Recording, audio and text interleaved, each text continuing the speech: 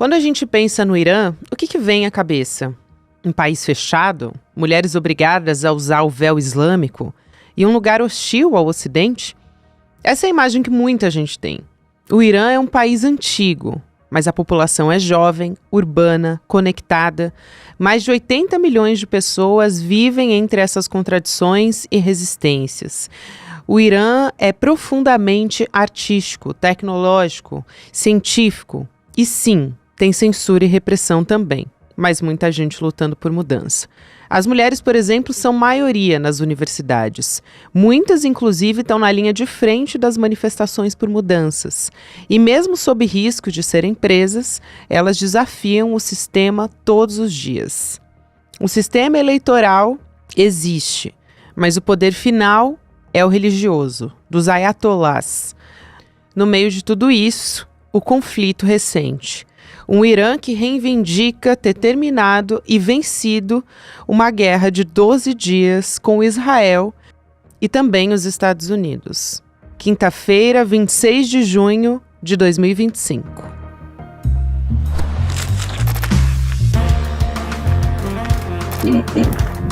Sou a Gabriela Varela, esse é o podcast Detalhes,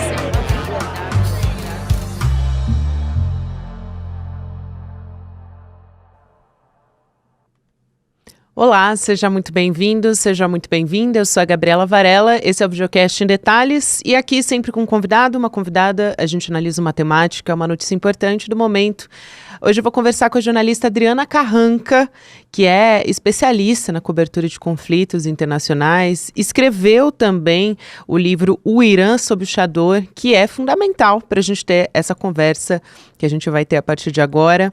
Adri, obrigada por aceitar nosso convite, é um prazer te receber aqui mais uma vez. Obrigada, Gabi, muito bom estar com você mais uma vez. Um prazer, e acho que é fundamental a gente ter essa conversa no momento que a gente tem uma cobertura de imprensa que muitas vezes é carregada de bastante estereótipo a respeito do Irã.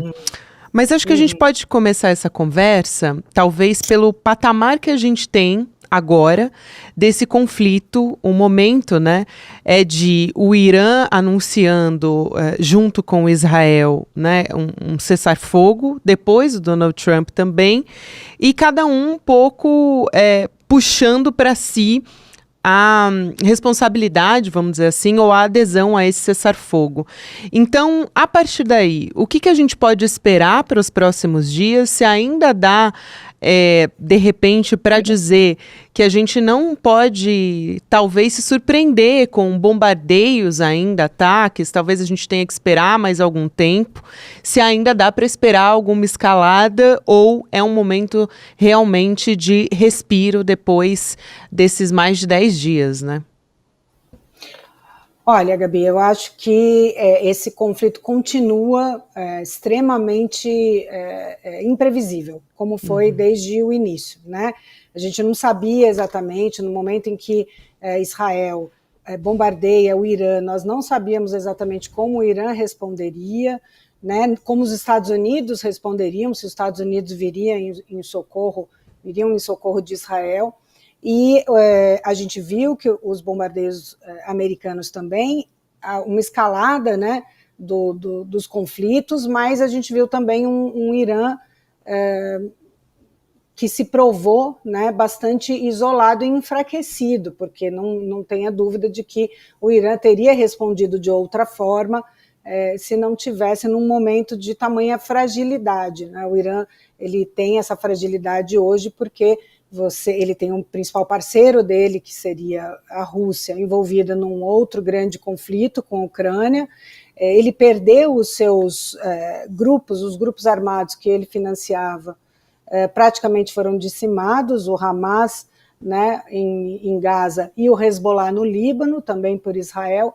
Então, o Irã mostrou que ele precisava dar, claro, uma resposta doméstica, né, a esses ataques. Os iranianos, desde os ataques de Israel, foram às ruas protestar contra esses ataques, depois contra os ataques dos Estados Unidos, né?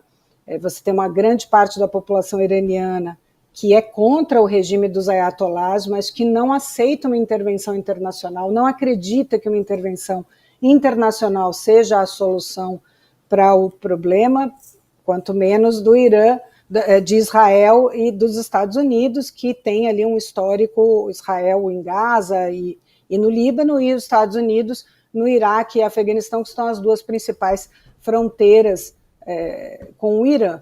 Então, o Irã, ele responde, mas responde dentro de um limite da sua capacidade, responde para dar, principalmente, uma resposta doméstica para a população que é contra qualquer intervenção internacional.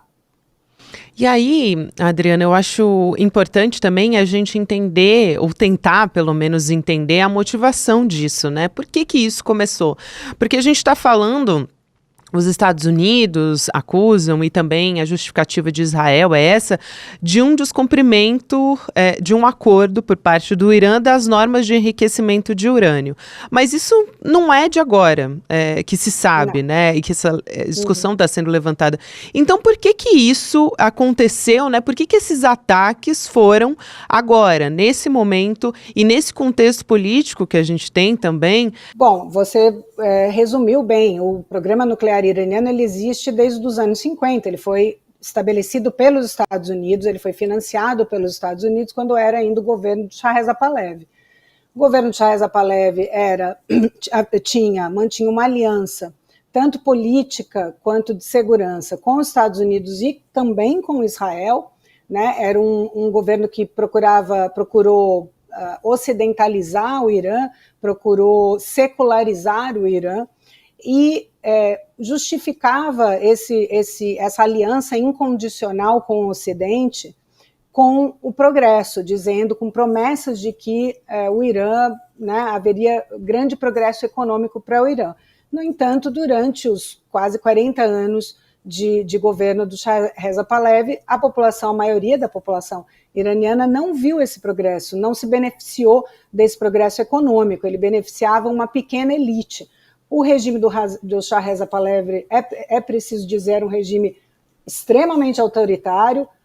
Próprios Estados Unidos ajudaram o Irã, nessa época, a montar uma polícia muito violenta e autoritária, né, para que o regime não fosse derrubado, né, para evitar qualquer dissidência, e isso foi o que abriu o espaço para a emergência do Ayatollah Khomeini, que na época estava exilado na França por conta dessa perseguição do governo do Shah Reza Pahlavi para qualquer dissidência.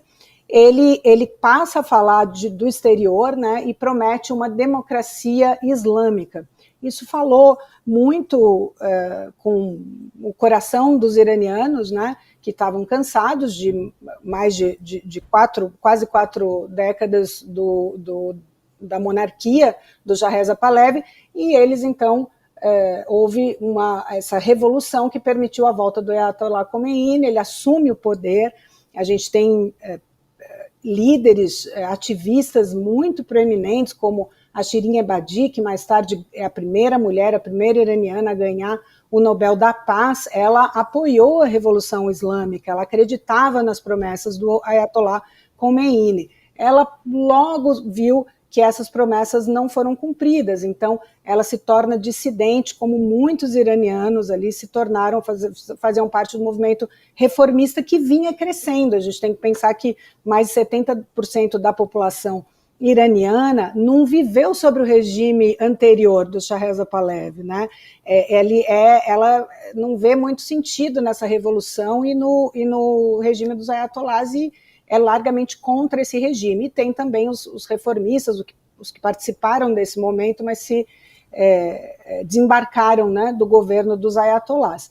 Então você tem o Irã sofrendo bastante essa oposição interna, né, doméstica.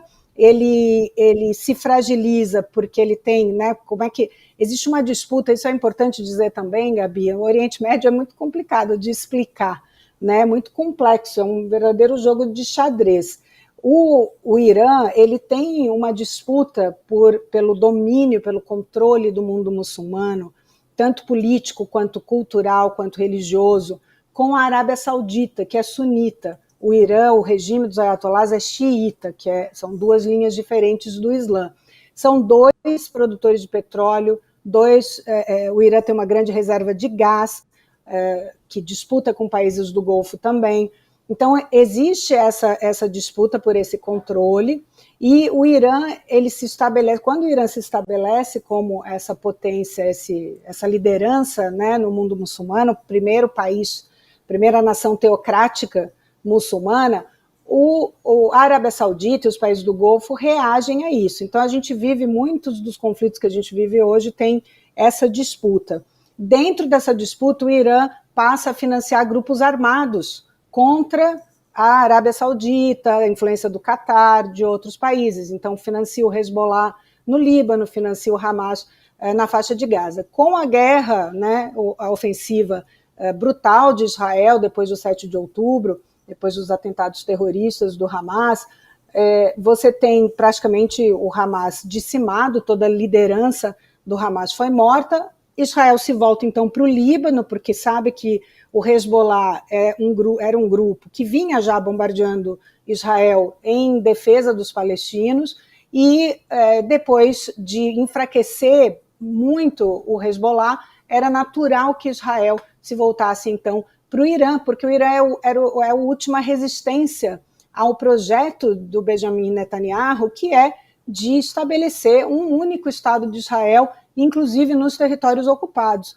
Tem indiretamente a ver com o programa nuclear, que é claro que a ameaça nuclear do Irã é uma ameaça existencial a Israel, mas ela não era emergencial, né? O Israel usou um documento da ONU que dizia que o Irã violava o Tratado de Não Proliferação de Armas, mas isso já vinha acontecendo há muitos anos, então não era novidade, e o relatório é do dia 12 de junho, Israel atacou o Irã num ataque muito bem planejado, coordenado, que assassinou grande parte da cúpula militar do Irã. Então, eles atacaram no dia seguinte, quer dizer, obviamente não é um ataque que poderia ter sido planejado da noite para o dia, isso já vinha sido planejado certamente por Israel. Ao mesmo tempo, eu queria a sua avaliação de como o Irã pode estar pressionado politicamente por estar isolado nesse momento. Então, qual é a chance, você avalia, primeiro, de agora, de fato, com toda essa pressão, o Irã querer responder, né, com uma bomba nuclear que venha daqui a algum tempo, ou com a construção, né, a finalização desse processo, e, por outro lado, como é que a população vem enxergando esse programa nuclear, né? Porque não é de hoje que, do ponto de vista dos iranianos, eu já vi algumas entrevistas suas a respeito disso, eles defendem o programa nuclear como um meio de independência energética. Essa característica está mudando também, a maneira de enxergar pode ser também uma maneira de apoiar também o desenvolvimento de armas nucleares nesse sentido? O Irã, ele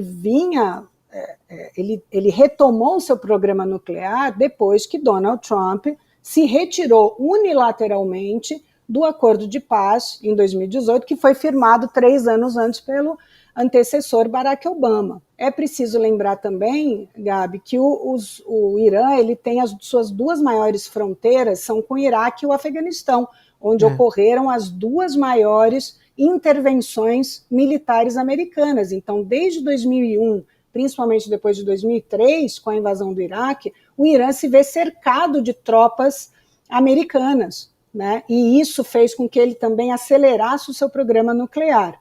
Você me perguntou da questão da oposição, né, dos iranianos. Os iranianos sempre defenderam que o Irã tem direito a desenvolver energia nuclear.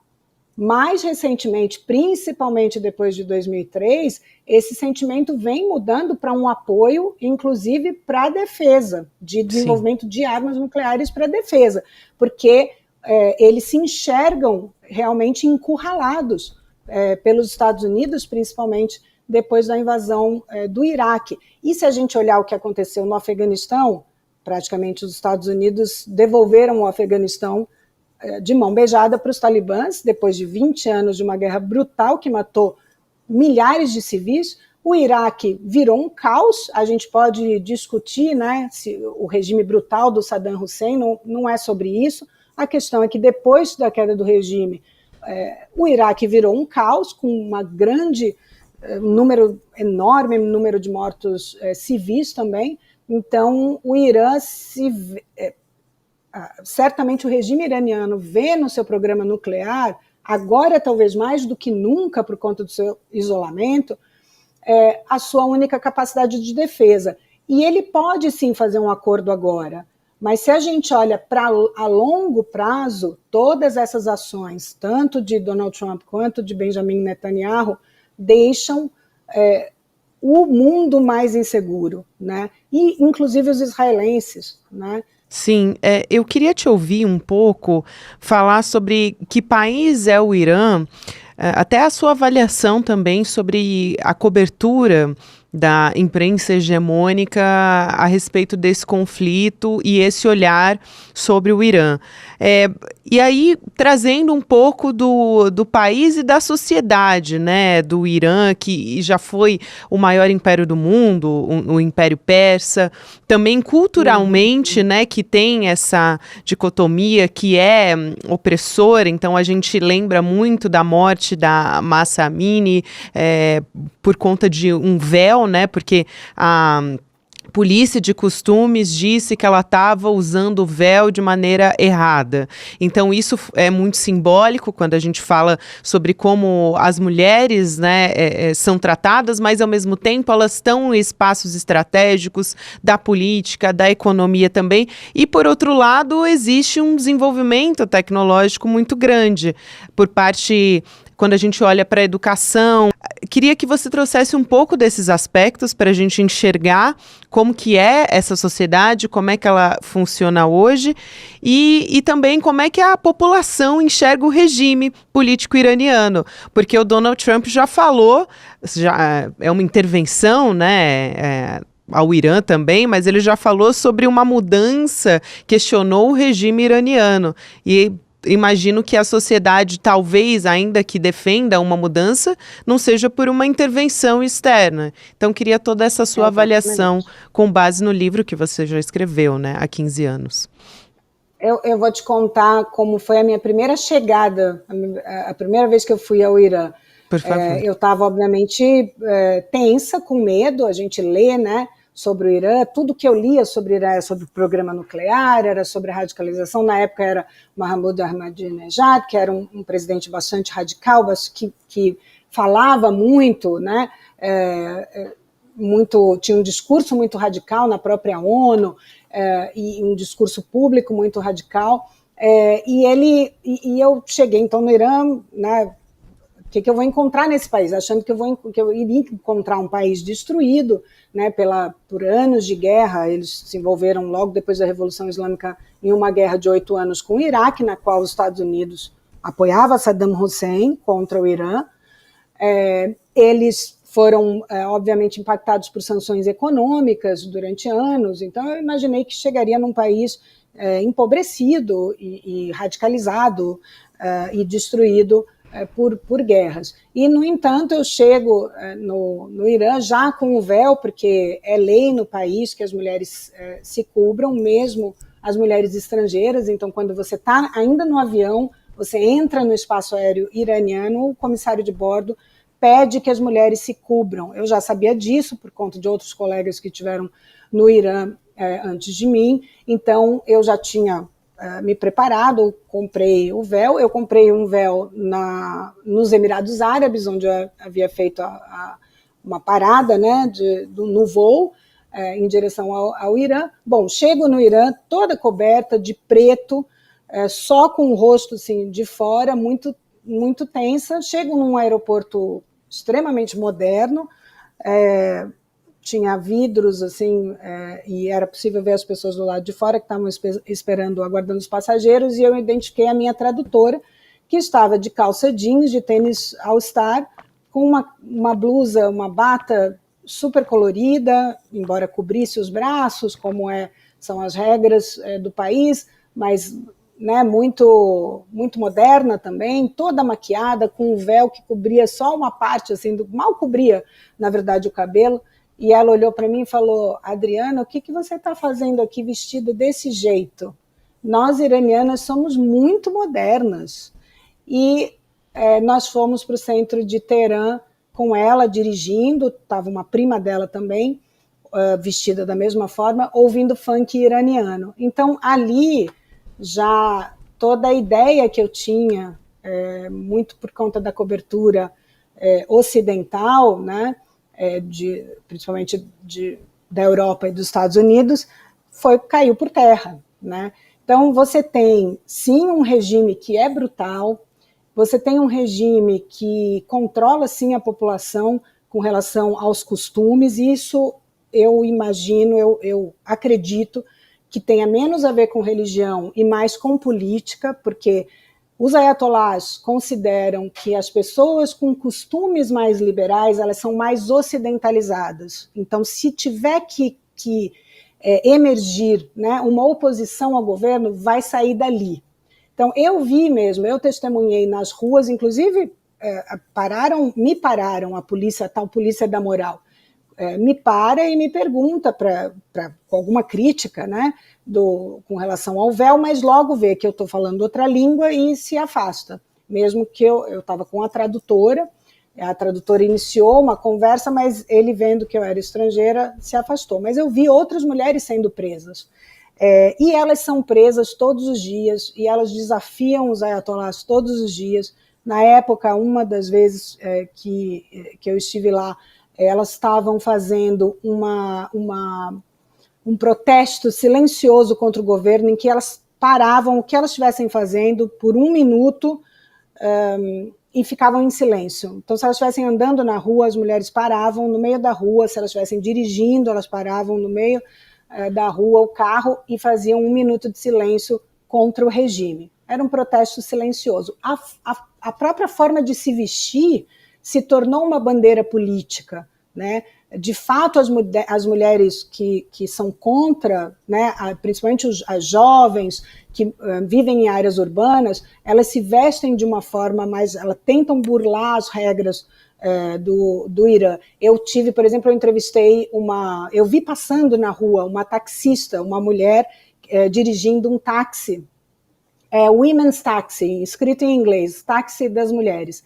E liguei para a companhia, chamei um táxi porque eu queria saber o que era essa companhia. Era uma cooperativa, na época, com 900 motoristas, todas mulheres, que só transportavam mulheres. Então, mulheres que queriam sair com roupas mais ousadas, que estavam indo para uma festa privada, onde elas não usam véu, não usam nada, pelo contrário, usam salto, mini saia, cabelão solto, são bastante extravagantes, né?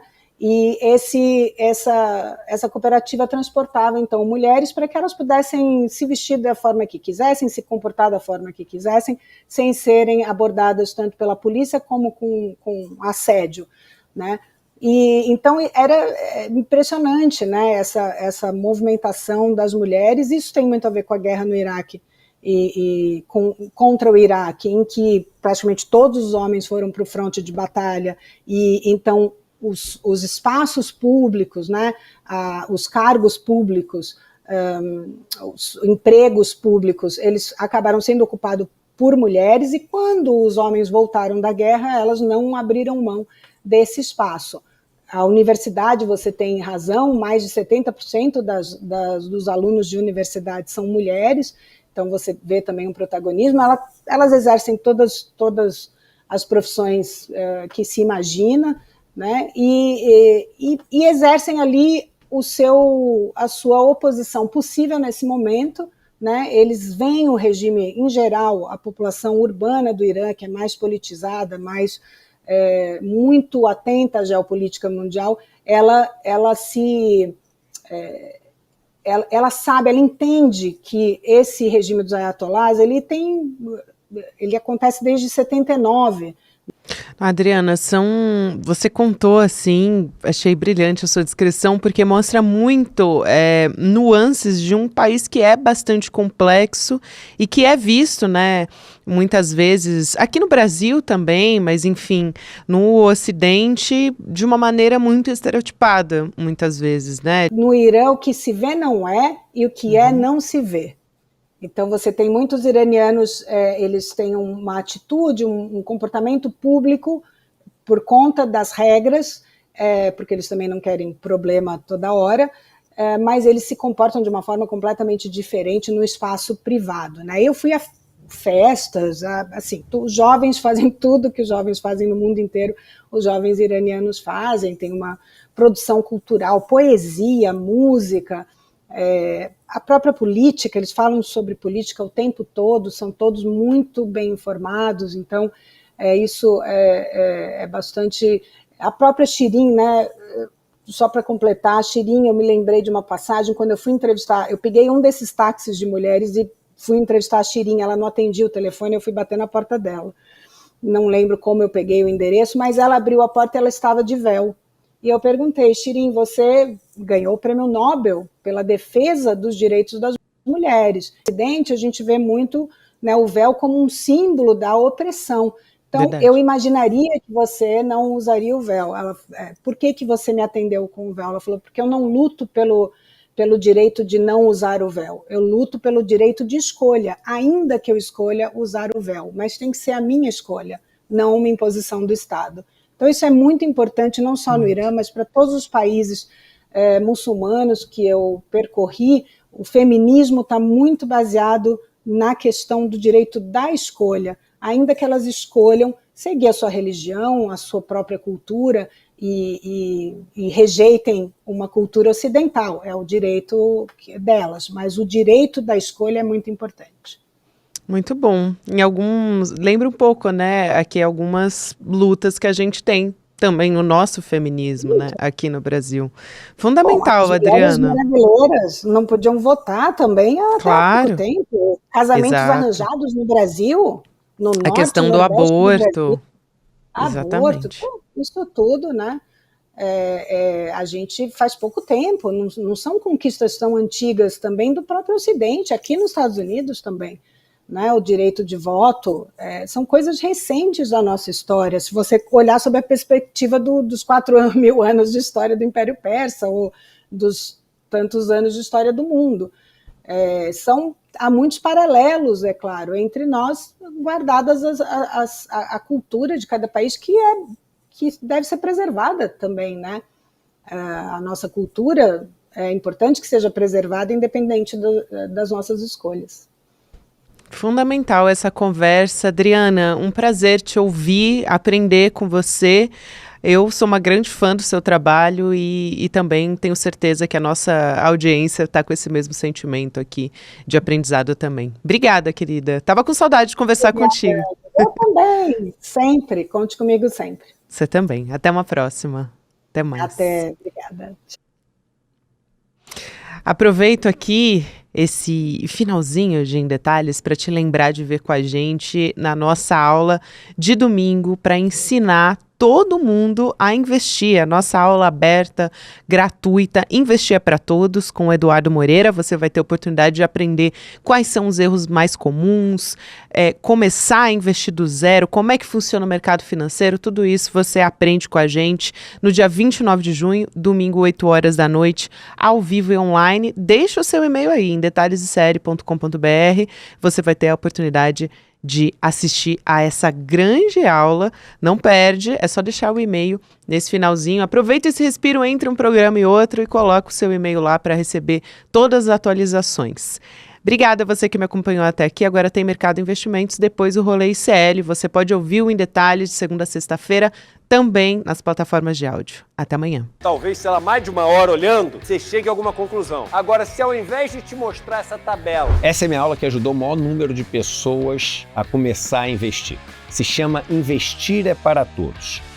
Eu gravei há mais de 3 anos e foi um sucesso estrondoso. 77 mil pessoas assistiram à última aula. E várias pessoas que entram nos meus cursos ainda assistem essa aula. Eu reformulei essa aula, atualizei ela e adicionei várias coisas para tornar essa experiência ainda melhor, mais acessível e mais fácil para todo mundo. Para ninguém ter desculpa que não investe porque não sabe investir. Essa aula vai acontecer gratuitamente, online e ao vivo no dia 29 de junho, às 8 horas da noite. E chame seus amigos e amigas para participar também. E aí, Chico, vamos microfonar, amigo? Velho, agora. Rapaz, que estampa é essa, rapaz? Gostou? Pô, Comprei na loja de CL. pô, entrar agorinha. Vista a coragem. Leve a luta com você. Camisetas da comunidade mais corajosa do Brasil. Acesse souicl.com.br e garanta já a sua.